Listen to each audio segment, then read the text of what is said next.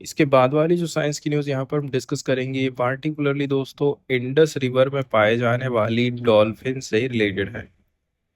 Research का जो basic finding है उसको समझते हैं। सबसे पहले साइंटिस्ट ने इंडस रिवर डॉल्फिन का अध्ययन किया है, जो कि एक रेयर और एंडेंजर्ड कैटेगरी की मछली मानी जाती है। उन्होंने 5 ऐसी डॉल्फिन्स के स्टोमक मतलब अमाशय और इंटेस्टाइन्स मतलब आंतों की जांच करी है, जो नदी के किनारे स्ट्रैंडेड मतलब फंसी हुई या फिर मरी हुई मिली थी। जांच में ये पता चला है कि ये जो डॉल्फिन्स है लार्ज अमाउंट ऑफ माइक्रोप्लास्टिक इन इंजेस्टिंग्स कर रही हैं, मतलब निगल रही हैं, खा ले रही हैं। अब यहाँ पर माइक्रोप्लास्टिक के टाइप्स और लोकेशन बताए जाते हैं। टाइप्स के अंतर्गत जो माइक्रोप्लास्टिक मिले हैं उनमें से ज़्यादातर टेक्सटाइल के फाइबर है, मतलब कपड़ों के रेशे हैं। इनमें से कई सारे जो है पीईटी प्लास्टिक से बने थे, जो आमतौर पर पैकेजिंग में यूज़ होता है, जैसे कि पानी की बोतल, खाने के पैकेट। लोकेशन की बात करें, ये प्लास्टिक खासतौर पर स्मॉल इंटेस्टाइन्स मतलब छोटी आंत में कंसंट्रेटेड पाए गए हैं। ये चिंता की बात है, क्योंकि ये वो जगह होती है जहां से भोजन के न्यूट्रिएंट शरीर में सोखे जाते हैं। इसके बाद बात करते हैं एक्सपोजर की। रिसर्चर के फाइंडिंग से ये पता चला है कि जो डायरेक्ट इंजेस्टेशन है, मतलब डॉल्फिन सीधे पानी में घुले हुए माइक्रोप्लास्टिक को निगल जाती होंगी। अब इसके अलावा सेकंड जो चीज बताई जाती वो है वाया कंटामिनेटेड प्रे, मतलब दूषित शिकार के जरिए ये भी किसी को खाती हैं। जो मछलियां या फिर जीव डॉल्फिन्स खाती हैं, उनके अपने शरीर में पहले से ही प्लास्टिक मौजूद होता होगा। जब डॉल्फिन्स उनको खाएंगी तो वो प्लास्टिक भी उनके शरीर में ट्रांसफर हो जाता है। ये फूड चेन कंटेमिनेशन कहलाता है, खाद्य श्रृंखला का दूषित होना कहलाता है। जहां पर डॉल्फिन्स है, डॉल्फिन को यहाँ पर एज ए बैरोमीटर बोला जा रहा है। आखिरी लाइन में एक बहुत ही इंपॉर्टेंट पॉइंट दिया जाता है कि डॉल्फिन्स लिविंग कंडीशन मतलब डॉल्फिन के रहन सहन की स्थिति पूरी इंडस रिवर के हेल्थ का एक इम्पोर्टेंट बैरोमीटर होता है, बहुत पूर्ण पैमाना होता है। मतलब अगर डॉल्फिन्स बीमार हैं और उनके शरीर में प्लास्टिक जमा हो रहा है, तो इसका सीधा मतलब ये है कि सारी इंडस रिवर और उसका इकोसिस्टम प्रदूषित हो चुका है, अनहेल्दी है, पॉल्यूटेड है, जो डॉल्फिन्स को नुकसान पहुंचा रहा है। वो नदी के दूसरे जीवों और आखिरकार इंसानों को भी नुकसान पहुंचाने वाला है। दोस्तों शुरुआत करते हैं आज के न्यूज़पेपर की। और पहली न्यूज़ जो यहाँ पर हम देखने वाले हैं साइंस से रिलेटेड है। संडे के दिन स्पेशली हम लोग साइंस के ऊपर फोकस करते हैं, इसलिए पहली जो न्यूज़ डिस्कस करेंगे वो साइंस से ही रहने वाली है। यहाँ पर बताया जाता है कि जो गंगा रिवर है, ये तेज़ी के साथ में इसका जो पानी है वो कम हो रहा है। गंगा नदी 600 मिलियन से ज़्यादा लोगों के लाइफ का बेस है और साउथ एशिया की इससे इकोनॉमी चलती है। साथ ही साथ यहाँ पर लोगों का रहना गुजर बसर चल रहा है।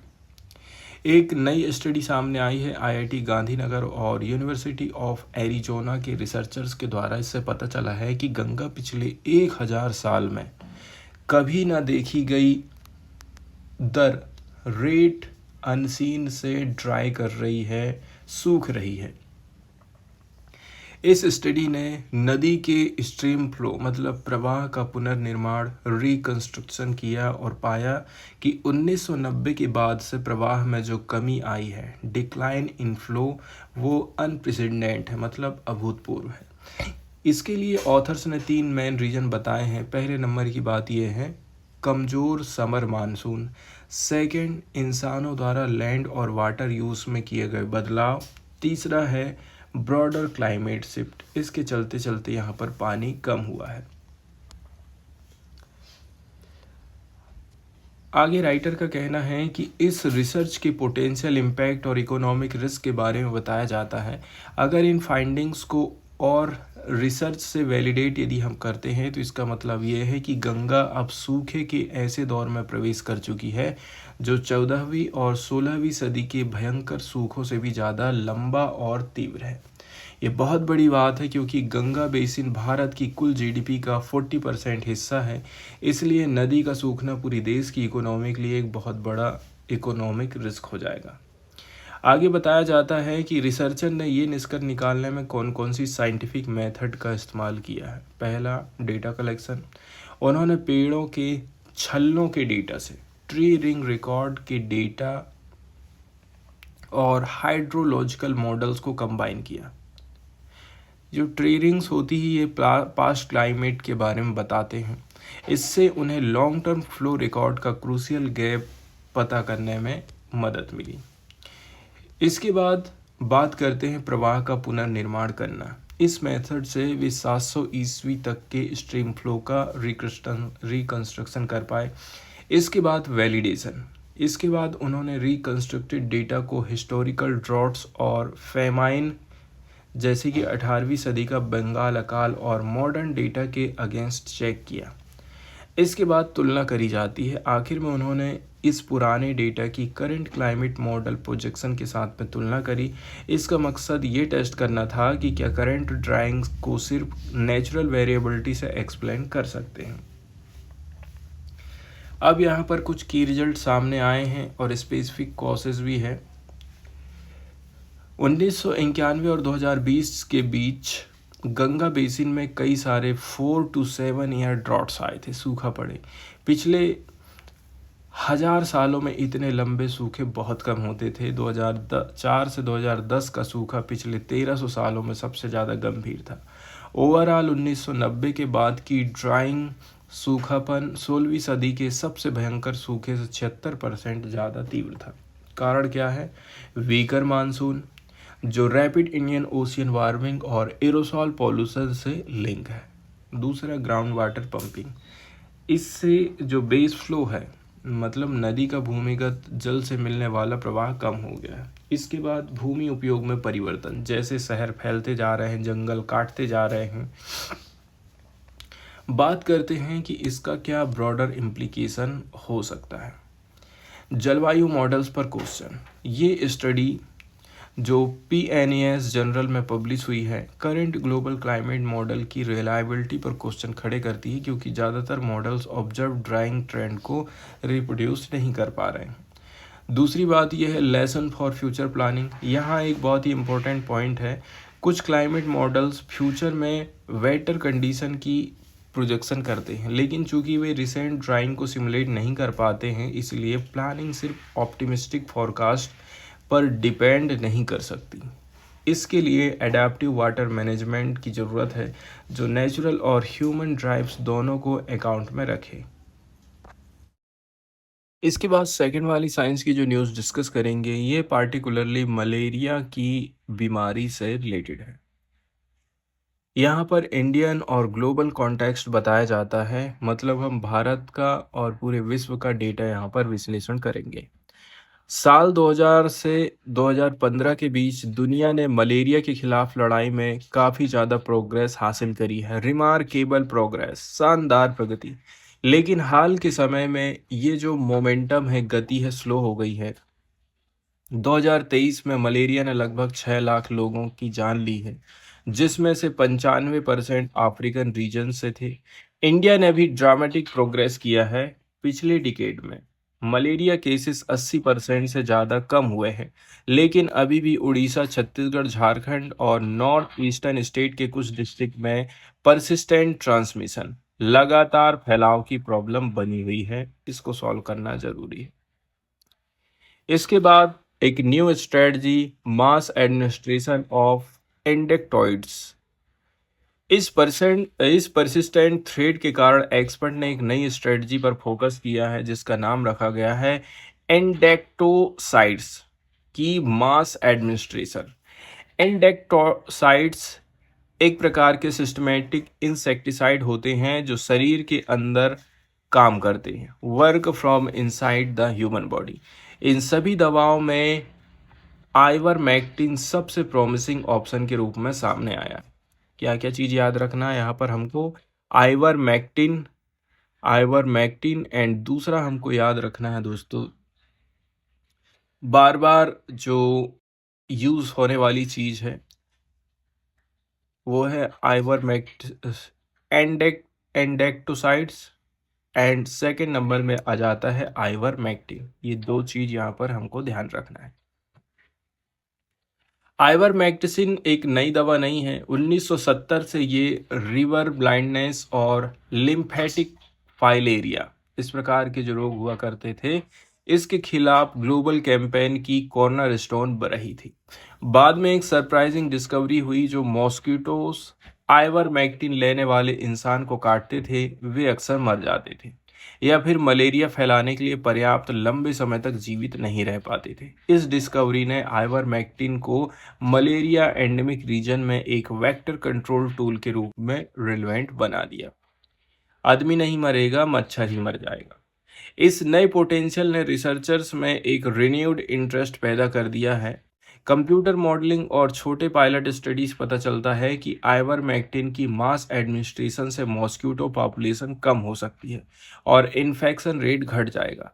इस थ्योरी को रियल वर्ल्ड में टेस्ट करने के लिए साइंटिस्ट ने केन्या और मोजाम्बिक में बोहेमिया नाम का एक बहुत बड़ा परीक्षण लॉन्च किया था, ट्रायल किया था।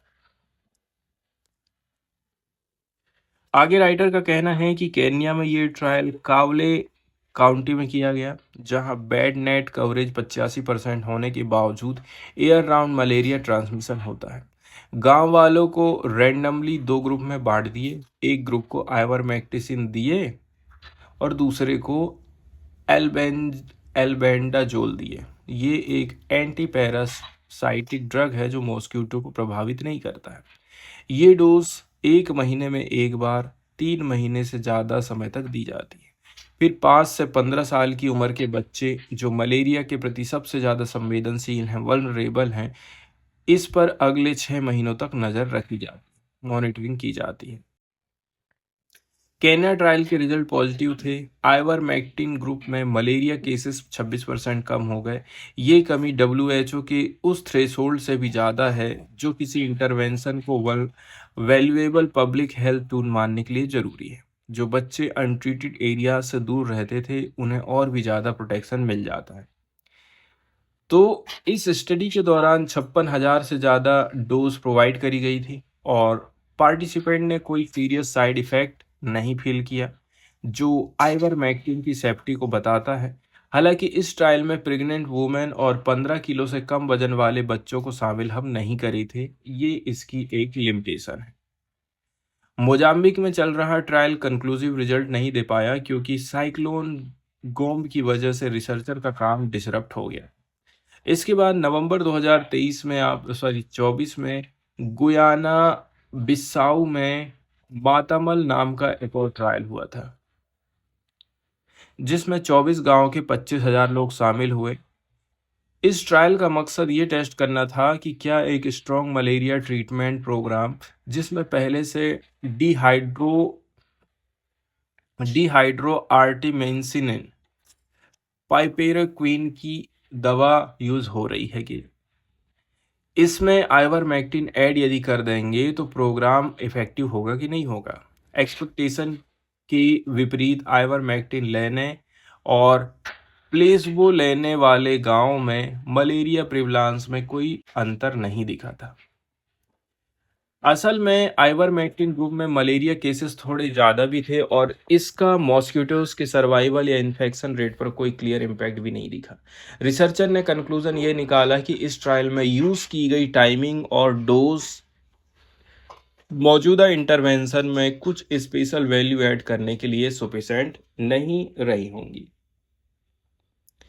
इसके बाद जो रिजल्ट आए वो काफ़ी मिक्स्ड रहे। दोनों ट्रायल्स ने लार्ज स्केल कैंपेन में आइवरमेक्टिन की सेफ्टी को फिर से पुष्ट कर दिया था। साइड इफेक्ट माइल्ड रहे, टेम्पररी रहे, जैसे कि सिर दर्द कर रहा है, चक्कर आ रहा है। साथ ही साथ आइवरमेक्टिन का ट्रेडिशनल मलेरिया कंट्रोल टूल जैसे कि बेड नेट पर एक एडवांटेज फायदा है। अब कुछ ट्रेडिशनल टूल्स जैसे कि आप सोते समय मच्छरदानी लगा लेते हैं, बेड नेट, इंडोर स्प्रेइंग करते हैं, लार्वा साइड्स करते हैं, तो सिर्फ उन्हीं मॉस्किटो पर काम करेगा जो रात में और घर के अंदर काटते हैं। लेकिन मॉस्क्यूट्स इवॉल्व हो जाते हैं, विकसित हो जाते हैं कुछ, ठीक है। कुछ दिन में ही अब वो विकसित हो गए हैं।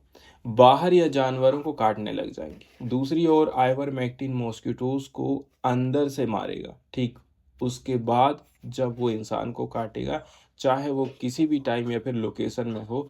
ये एक सबसे बड़ा एडवांटेज है। तो बोहेमिया में जो ट्रायल चला, बोहेमिया ट्रायल, इस टीम को कुछ कोलेटरल बेनिफिट भी मिले थे। जैसे केन्या में लोगों ने बेड बग्स में ड्रामेटिक ड्रॉप देखा। इसके अलावा सभी माइंड स्प्लिट इंटरवेंशन की तरह यहाँ एक लूमिंग कंसर्न है, वो है प्रतिरोधक क्षमता का। 2024 के एक रिव्यू में बताया गया है कि टिक्स, लाइस एंड एस्केबीज माइट जैसे एक्टोपैरासाइट में आइवरमेक्टिन के अगेंस्ट रेजिस्टेंस बढ़ रहा है, खास करके वेटरनरी मेडिसिन में ओवर यूज होने के कारण। हालांकि ह्यूमन पैरासाइट में रेजिस्टेंस रेयर है, लेकिन एनाफेलिस मॉस्क्यूटो पर इसके इम्पैक्ट बहुत कम है।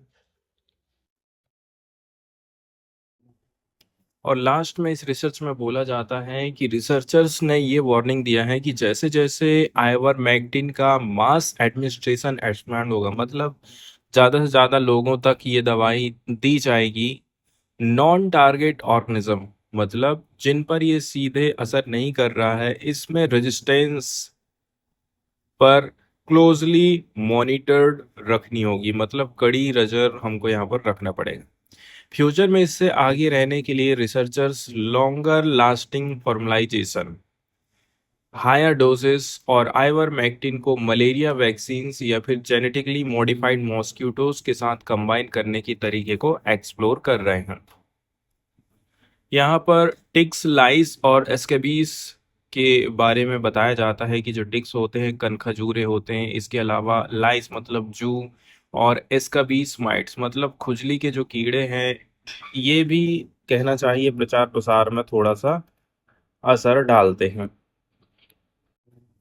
ये वाला जो साइंस का आर्टिकल डिस्कस करेंगे दोस्तों, ये पार्टिकुलरली हमारे जो वेस्ट वाटर ट्रीटमेंट प्लांट्स हैं, सीवेज ट्रीटमेंट प्लांट्स जिसको बोला जाता है, इससे रिलेटेड है, इनकी टेस्टिंग से जुड़ा हुआ है। वैज्ञानिक लोगों ने देखा है कि ये जो प्लांट्स बनाए गए हैं, किचन या फिर बाथरूम के पानी से सारे ड्रग्स को पूरा तरह से साफ नहीं कर पाते। Waste water treatment does not remove all drugs. बात करते हैं ड्रग्स का रिमूवल 3 कैटेगरी में होता है। पहले नंबर की जो कैटेगरी है, पहली कैटेगरी, वो है फुली रिमूव्ड, पूरी तरह से साफ हो जाने वाली चीजें। कुछ ड्रग्स जैसे कि नेप्रोजेन एक पेन किलर होता है, और सैलिसाइक्लिक एसिड एस्पिरिन से रिलेटेड कंपाउंड है, ट्रीटमेंट प्रोसेस में पूरी तरह से रिमूव हो जाते हैं। इसके बाद सेकंड कैटेगरी आती है। इस सेकंड कैटेगरी के जो तत्व हैं स्लज में एक्यूमुलेट होते हैं, मतलब कीचड़ में पहुंच जाते हैं। कई सारे डेंजरस ड्रग्स ट्रीटमेंट से बच जाते हैं और ट्रीटमेंट प्लांट के अंदर जो सॉलिड वेस्ट होता है, सॉलिड रेसिड्यू जिसको बोला जा रहा है, उसमें जाकर के ये इकट्ठे हो जाते हैं। उस स्लज का या कीचड़ का, तो ये जो स्लज या फिर कीचड़ है, इसमें हाई अमाउंट में ये जो चीजें हैं पाई जाती हैं। इन ड्रग्स के नाम यहाँ पर बताए जाते हैं, जैसे कि फ्लक्सेटाइन एक फेमस एंटी डिप्रेसेंट ड्रग है, ब्रांड नेम है जैसे कि प्रोजैक। सेकंड है कार्बा कार्बामेजेपाइन, ये एपिलिप्सी मतलब मिर्गी और नर्व पेन की दवाई है। इसके अलावा मेट्रोप्रोलोल, ये ब्लड प्रेशर कंट्रोल करने की दवाई है। इस प्रकार के जो हानिकारक तत्व हैं अभी भी बच जाते हैं, और हमको ऐसा लगता है कि सीवेज प्लांट के माध्यम से हमने जो हानिकारक तत्व हैं उनको पूरी तरह से अलग कर दिया है। तीसरी कैटेगरी ऐसी है जिनका केवल कुछ हिस्सा ही साफ हो पा रहा है। कुछ ड्रग्स का कुछ हिस्सा ही ट्रीटमेंट हो पाता है, बाकी ट्रीटेड पानी में बच जाता है। इन ड्रग्स के नाम हैं आइबुप्रोफेन, एक very common pain killer and anti inflammatory drug है। इसके अलावा सल्फामेथोजोल, ये एक एंटीबायोटिक है, मतलब बैक्टीरियल इन्फेक्शन के लिए यूज होता है। और है केटोप्रोफेन, ये भी एक पेन किलर है। इसके बाद हम बात करते हैं एनवायरनमेंट पर क्या असर पड़ सकता है इनका। जब ये पार्शली रिमूव ड्रग्स नदी या फिर तालाब में मिल जाते हैं तो रिस्क टेस्ट से पता चला है कि ये एक्वाटिक लाइफ मतलब यहाँ रहने वाले जो जीव जंतु हैं उनके लिए खतरनाक हो जाते हैं। हाईएस्ट डेंजर जोन जैसे कि फ्लक्सीटाइन, एंटी डिप्रेसेंट और लोराटाइड लोराटेडाइन एक एंटी एलर्जी ड्रग है। इसको सबसे ज्यादा खतरनाक माना जाता है। ये एल्गी मतलब शैवाल, टिनी क्रस्टेसेंस मतलब छोटे जलेबी जैसे जो जीव जंतु हैं, इसके अलावा फिश के लिए हाईएस्ट डेंजर पैदा कर देता है। इसके बाद वाला जो साइंस का आर्टिकल है दोस्तों, ये पार्टिकुलरली ग्रीस में आए भूकंपों के ऊपर रिसर्च पर बेस्ड है। शॉर्टकट में यदि देखा जाए इसको दोस्तों तो बोला जाता है कि सैंटोरिनी और कोलंबो नाम की दो पड़ोसी ज्वालामुखी हैं। जैसे कि एक तो कोलंबो लिखा है और थोड़ी सी दूर में सैंटोरिनी है। जमीन के नीचे एक ही मैग्मा सिस्टम से जुड़े हुए हैं। कोलंबो के नीचे से मैग्मा सैंटोरिनी की तरफ आगे गया, जिससे एक का भंडार तो खाली हुआ लेकिन दूसरे के नीचे जो है जमीन फूल गई, मतलब उधर का हिस्सा उठ गया और यहाँ की जमीन धंस गई। इसी पूरी हलचल ने जमीन को हिला दिया और भूकंप के झटके पैदा हुए। जनवरी 2025 में ग्रीस में एक महीने तक स्वार्म्स ऑफ क्वैक्स मतलब भूकंपों का झुंड आया, मतलब बार बार लगातार छोटे बड़े भूकंप आते रहे। फिर इन्वेस्टिगेशन होती है तो वैज्ञानिकों ने इसकी वजह जानने के लिए एडवांस टूल का यूज़ किया, जैसे कि सैटेलाइट, सिज्मोमीटर और ग्राउंड सेंसर। इन टूल से मिले डेटा का एनालिसिस करने पर एक बहुत बड़ा खुलासा होता है। डिस्कवरी कहती है पता चला है कि ये सारे भूकंप इसलिए आए होंगे क्योंकि पास पास स्थित दो ज्वालामुखी सैंटोरिनी और कोलंबो ने एक शेयर्ड मैग्मा चैम्बर का यूज़ किया। दोनों एक ही चैम्बर से जुड़े हुए हैं। मैग्मा चैम्बर वो भूमिगत टैंक या फिर गुहा होती है जहां पिघली हुई चट्टान जमा रहती है। प्रोसेस की बात करें, वैज्ञानिकों ने पाया है कि मैग्मा की एक सीट मतलब पतली परत 13 किलोमीटर नीचे से ऊपर की ओर धकेलती हुई आई। इस मूवमेंट का इफेक्ट क्या हुआ? कोलंबो ज्वालामुखी के नीचे जो मैग्मा रिजर्वायर था, भंडार था, उसका वॉल्यूम कम हो गया, जबकि सेंटोरनी ज्वालामुखी के नीचे की जो जमीन है स्वेल्ड अपवार्ड हो गई, मतलब ऊपर की तरफ उभर गई। कंक्लूजन यही बताता है कि सारा डेटा इस बात की पुष्टि करता है कि सेंटोरनी और कोलंबो ये दोनों ज्वालामुखी कनेक्टेड डीप अंडरग्राउंड है। यानी एक ज्वालामुखी के नीचे मैग्मा के मूव करने का सीधा इफेक्ट दूसरे ज्वालामुखी पर देखने को मिला है। इस लिंक की वजह से ही जमीन हिल उठी और सेंटोरनी क्रैक्स हमको देखने को मिला था।